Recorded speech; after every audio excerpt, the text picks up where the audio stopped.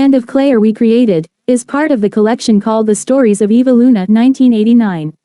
Eva Luna is the most famous character created by Isabel Allende, and although she is not named in this short story, Eva Luna is its narrator. And of Clay Are We Created opens with the striking image of a girl's head protruding from the mud pit, eyes wide open, calling soundlessly. The girl, named Azucena, is stranded in the mud pit that happened following a volcanic eruption that led to the melting of the ice on the mountain slopes, eventually forming an avalanche. The avalanche has buried entire villages under a load of clay, stones, and water, and has killed more than 20,000 people. Rolf Carley, a journalist by profession, is at the spot to report this event. He is usually a very calm and dispassionate reporter, able to do his job without getting too sentimental or overwhelmed by the events he reports. However, Azucena's plight somehow gets to the core of Rolf and he wades into the mud pit himself in a bid to rescue Azucena. Rolf gets to the task immediately, tying a rope around the girl so the others could pull her out of the pit. But this fails as the girl screams out in pain. The others think that it could be the debris from the crushed house that has kept Azucena stuck in that spot, but she insists it is the corpses of her brothers and sisters. The narrator can feel all calmness slipping away from Rolf as he becomes desperate to find a way to get Azucena out of the pit. He tries everything he can, to no avail. Eventually, he decides that they must have a pump to drain the water. The request for a pump is made, but it cannot be arranged anytime soon. The night is a test for Azucena. Rolf helps her drink some coffee to keep her body warm. The coffee works as she seems warmer, and to keep her calm, Rolf tells her of the various adventures he has had in his career as a journalist.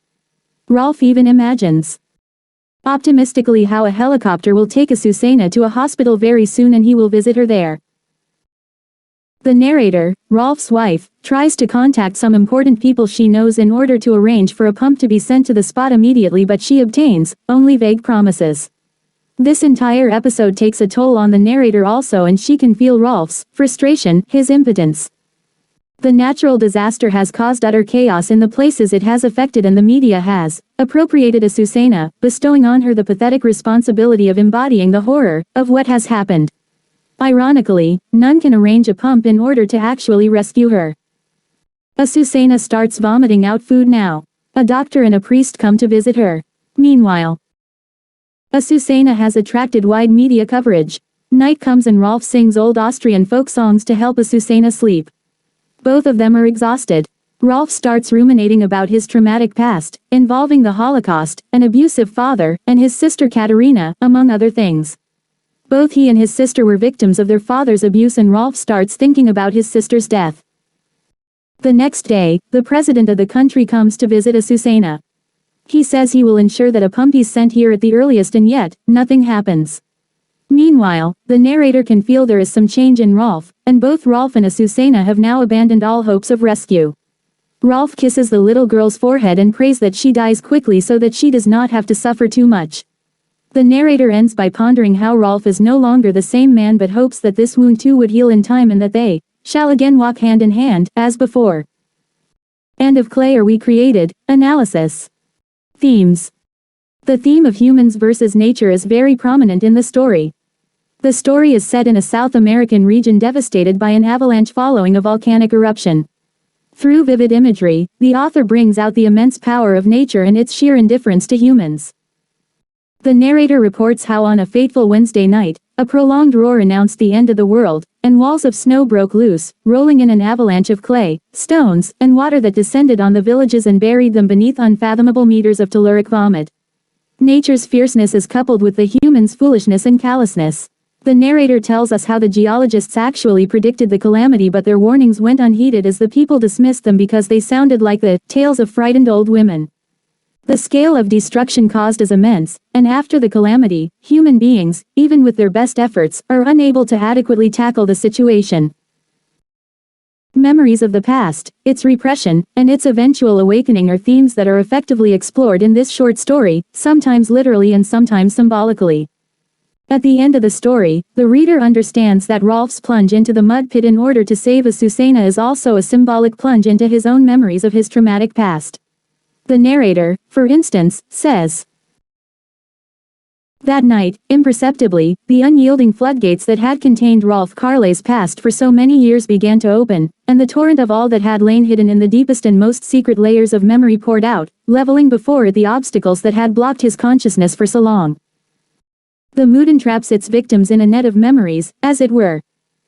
This symbolic function of the mud can be deduced from Azucena's point of view as well. She is unable to come out holding the rope that is tied around her because she says she is held by the bodies of her brothers and sisters clinging to her legs.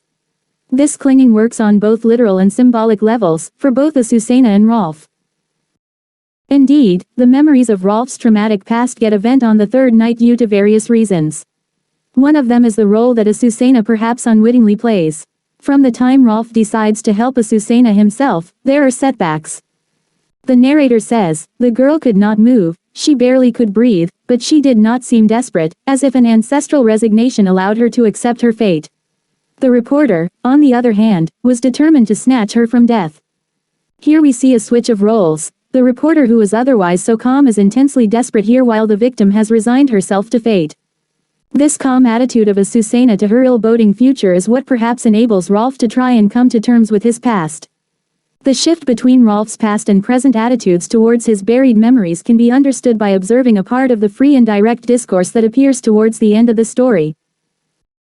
There, beside that hellhole of mud, it was impossible for Rolf to flee from himself any longer, and the visceral terror he had lived as a boy suddenly invaded him. He reverted to the years when he was the age of Azucena, and younger, and, like her, found himself trapped in a pit without escape. Buried in life, his head barely above ground, he saw before his eyes the boots and legs of his father, who had removed his belt and was whipping it in the air with the never-forgotten hiss of a viper coiled to strike. He understood then that all his exploits as a reporter, the feats that had won him such recognition and fame, were merely an attempt to keep his most ancient fears at bay, a stratagem for taking refuge behind a lens to test whether reality was more tolerable from that perspective. But he had come face to face with the moment of truth. He could not continue to escape his past. He was Azucena, he was buried in the clayey mud.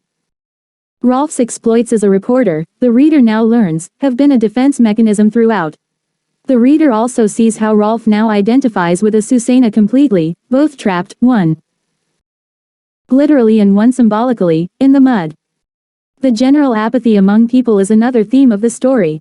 The author employs ample instances of irony to show how the world is comfortable with banishing Azucena to the status of a mere symbol, and heaping sympathies upon her, while the actual body of Azucena is dying.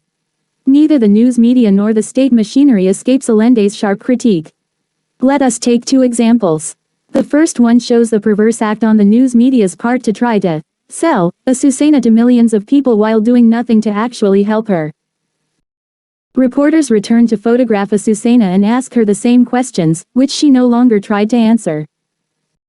In the meanwhile, more television and movie teams arrived with spools of cable, tapes, film, videos, precision lenses, recorders, sound consoles, lights, reflecting screens, auxiliary motors, cartons of supplies, electricians, sound technicians, and cameramen. Azucena's face was beamed to millions of screens around the world. And all the while Rolf Carle kept pleading for a pump. In the second instance, even such a figure as the president of the country emerges as indifference personified. Then he asked to be taken to see Azucena, the little girl the whole world had seen. He waved to her with a limp statesman's hand, and microphones recorded his emotional voice and paternal tone as he told her that her courage had served as an example to the nation. Rolf Carle interrupted to ask for a pump, and the president assured him that he personally would attend to the matter. The help, of course, never comes. The sheer incompetence, apathy and insensitivity of various institutions are brought forth in the story. The various parties are only willing to cast a voyeuristic gaze at Azucena's misfortunes instead of arranging help for her. This sheds some light on one of the many ironies at the heart of civilization perhaps. Humanity has the technology through which millions of people can see Azucena, but somehow, people very close to her are unable to help her. The narrator uses the phrase, vague promises, twice in the story to say how her own efforts at arranging a pump to be sent to the spot are met only with hollow assurances from officials. The job of news reporting is closely depicted and commented on in the story. Reporting news can create a fictive distance between the reporter and the events, whereby the reporter has the luxury of reporting the event objectively without having to participate in the event. Rolf has been adept at this job so far. But Azucena's misery shatters the protective shield that journalism can afford. This causes Rolf to at last stand face to face with his own traumas. Literary devices. Imageries are effectively used in the story. In the opening passage of the story, the narrator describes Azucena's head as budding like a black squash from the clay. The avalanche is described as unfathomable meters of telluric vomit. Also, the president is described as waving to Azucena with a limp statesman's hand. The imageries, hence, create not only vivid pictures in the minds of the readers but also contribute to the story thematically. Foreshadowing is another device used in the story. In the opening passage of the story, the character arc of Rolf is indicated when the reader is told how Rolf went to work on that particular event, never suspecting that he would find a fragment of his past, lost 30 years before. Similarly, Azucena's tragic fate is hinted at early on in the story thus, the mud was like quicksand around her, and anyone attempting to reach her was in danger of sinking. The use of symbolism in the story has already been noted. Narrative style and techniques. The story is narrated in the first person by Rolf's wife who is unnamed in this particular story. The story is narrated as a recollection, and it itself often takes the form of journalism. However, though the narration might resemble journalism in parts due to its reporting of a highly emotionally charged event, its tone is rarely bald and objective. Rather, various emotions pertaining to the characters are beautifully brought out through a simple yet sympathetic narration. The closing passage of the story marks a shift in the narration as the narrator now addresses Rolf, her husband, directly. This shift lends an air of authenticity to the narrator's sentiments, and also shows the psychological struggles of Rolf and the narrator's intense wishes for his betterment from a very personal viewpoint. Title of the story. Clay in the story stands for predicament, burden, and most importantly, entanglement. Taken as a whole, clay symbolizes the past and its various unpleasant memories that suck people downward. The title of the story seems to suggest that all human beings have some miserable past memories or other buried inside them. It is perhaps a universal human condition. However, the last lines of the story are fused with optimism, a tool that can act as a counter-force to the suction of the mud and clay. Abouttheauthor. Isabel Allende was born on August 2, 1942. She lived in several countries as a child before leaving Chile soon after the assassination of her uncle Salvador Allende, the then president. She worked as a journalist. Allende mainly wrote novels and is most famous as the creator of the character called Eveluna who, incidentally, is the narrator of this short story. Isabel Allende's And of Clay Are We Created is the final piece in her short story collection The Stories of Eveluna. The collection, originally published in 1989 and printed in English in 1991, chronicles the tales that the writer Eveluna tells her lover Rolf Carle as they rest in bed. Allende fashions Eveluna after Scheherazade, a key character in the framing narrative for the multi-tale Middle Eastern epic A Thousand and One Nights. The Stories of Eveluna received widespread critical and commercial acclaim, further establishing the best-selling author as a contemporary literary giant. Though the stories in the collection traverse the spheres of magical realism, fantasy, and realism, And of Clay Are We Created belongs to the latter genre. The piece's opening, with one of its primary characters suspended in mud while much of the world mills uselessly about her, seems to invite one's suspension of disbelief. Yet Allende largely bases this story on the true predicament of 13-year-old Amira Sanchez Garzón, a Colombian girl who became trapped up to her waist in a 1985 mudslide and died days later, the systems around her unable to rescue her in time. This guide refers to the paperback edition produced by Atria, an imprint of Simon & Schuster. The first sentences of And of Clay Are We Created hook its audience with a central, clearly delineated conflict. TK discovered the girl's head protruding from the mud pit, eyes wide open, calling soundlessly. Paragraph 1.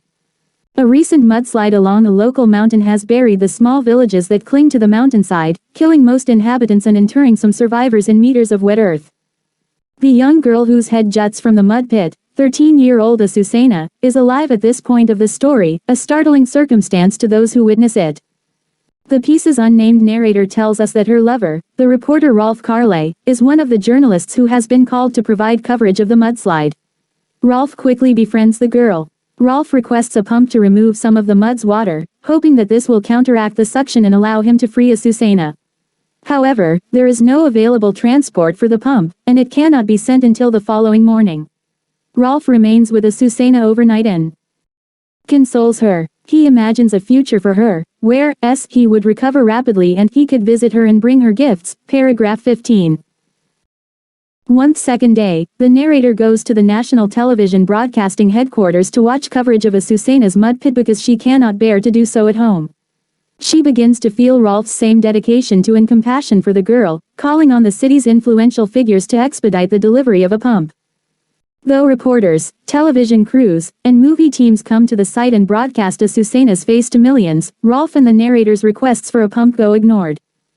As Rolf keeps the girl company, her situation reminds him of his tragic childhood during World War II, when Russian forces deployed him to a concentration camp to bury captives who had starved to death. The narrator finally contacts a general who says he will send a pump the next morning on a military cargo plane, but it is too late. Azucena has forfeited her will to live. Rolf hugs her as they say their final goodbyes, and Azucena sinks into the mud. The experience forever changes Rolf, and he becomes pensive. Nevertheless, the narrator is confident that Rolf will eventually recover from this deeply traumatic ordeal.